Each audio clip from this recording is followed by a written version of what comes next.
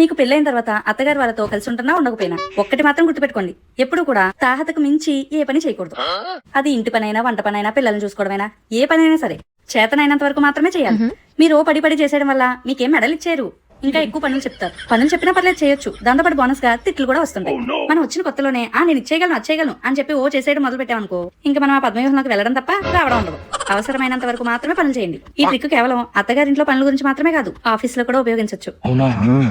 కంపెనీలో జాయిన్ అయిన ఫస్ట్ రోజే మన బెస్ట్ పెర్ఫార్మెన్స్ ఇచ్చేయకుండా నెమ్మదిగా మనం బెస్ట్ అనిపించుకున్నాం అనుకో, వాళ్ళు మెచ్చుకుంటారు కదా, బాగా ఇంప్రూవ్ అయ్యో అని. అప్పుడు మన మనసులో ఇదంతా మాకు ముందే వచ్చలే అని అనుకున్నా, బయటికి మాత్రం ఇదంతా మీ సపోర్ట్ వల్లే సార్, ఇదంతా మీ సపోర్ట్ వల్లే మేడం అని బిల్డప్ ఇవ్వచ్చు.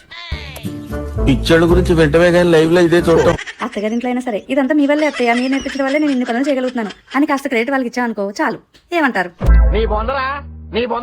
ఇలాంటి మంచి మంచి టిప్స్ కోసం నా పేజ్ ని ఫాలో అవ్వండి. అబ్బా ఏం వాడకవయ్యా.